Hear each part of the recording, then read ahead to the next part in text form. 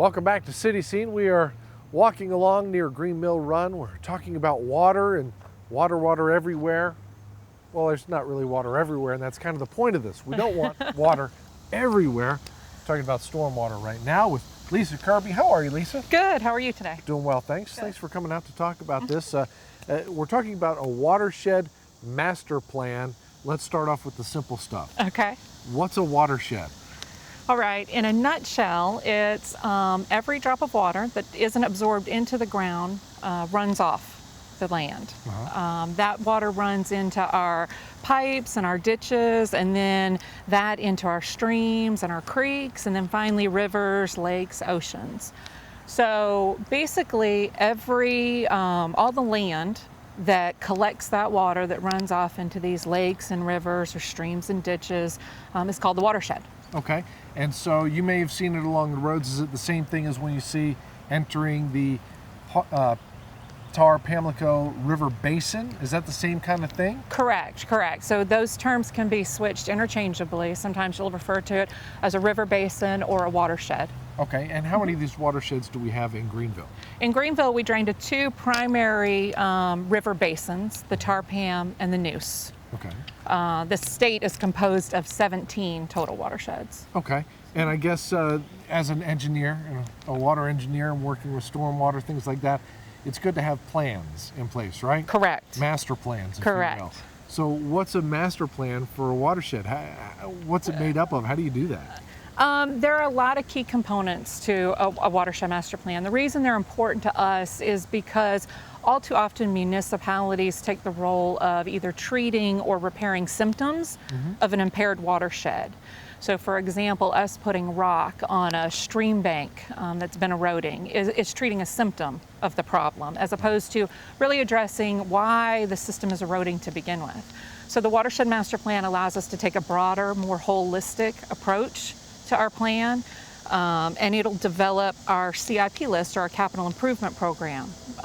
Through that, then we can systematically choose to spend our stormwater utility dollars in a way that will provide improvements for the overall watershed, as opposed to spot fixing along the stream. Okay, and you guys are about to enter into a process for addressing those master plans for the watersheds here in Greenville. Correct. Okay, Correct. how are you doing that? We've contracted with 3 different consulting firms. They'll all be in the field at the same time, so our citizens will see them out and about. They will have ID cards that'll be available along with photo IDs.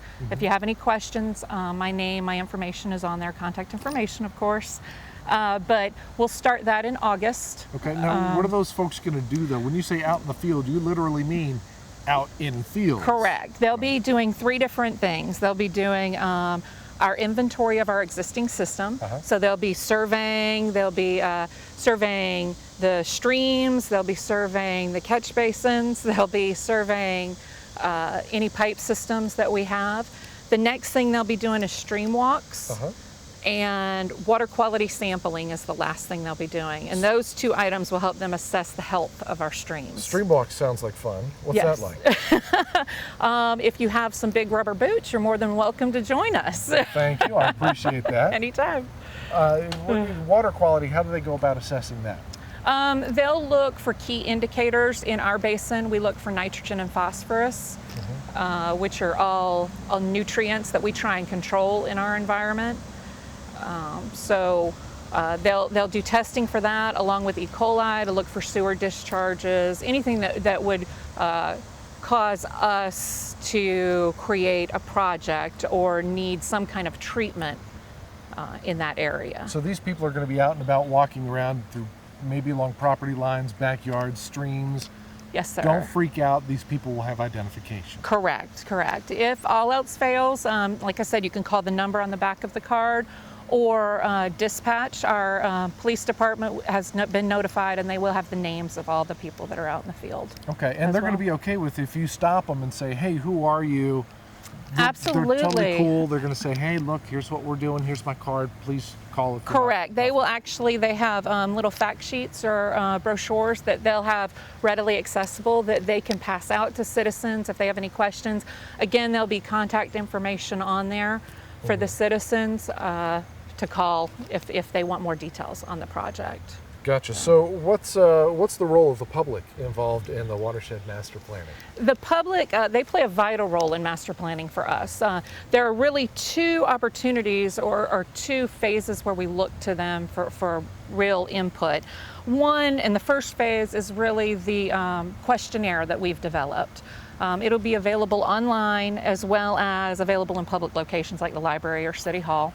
But it'll ask them questions about frequency of flooding, if they see it in their neighborhood, erosion, if they've noticed any odors or discoloration to the waters that they're familiar with. So what that gives us is a place to start off. Right. The second phase, or the second time we'll need their assistance, is specific flooding events. So if they have photographs of flooding events, or if they've marked high water marks for some reason because it was a large storm where they got more water than anticipated.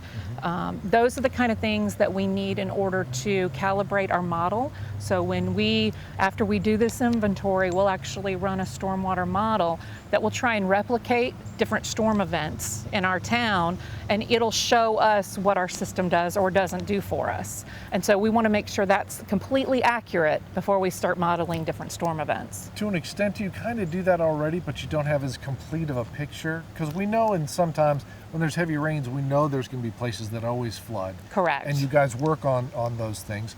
We know in serious times, where we are right now, right at the bottom of College Hill, we'd be knee deep in water. Correct. So you already Absolutely. have something similar. This is a bigger picture, right? We do. And that's the goal of the program, is to pull all those pieces together and create one report or one plan, so that in the end, we'll end up with a prioritized capital improvement project list. So that we put our money into the best projects for the city of Greenville as a whole. Great. And that public input and those folks out in the field finding out this information, it's all key to actually coming up with this plan. Absolutely. That's where we jump off and start targeting our efforts. Okay. Well, let's have you come back then as we get closer Absolutely. to the public input meetings. We'll talk about what's going on, and then make sure folks at home are able to come out. But I guess the key thing right now is don't freak out if someone's walking around near streams and creeks and the rivers and things like that. Correct. They also should be wearing an orange vest, which will help delineate them a little better. So. Okay. And All if right. you've got questions, what number can people call? Call the engineering division at 329-4467. And the information will also be on our web at greenvillenc.gov. Correct. Awesome. Yes, Lisa, sir. thank you so much. Thank you. Have a good day. Thanks, you too.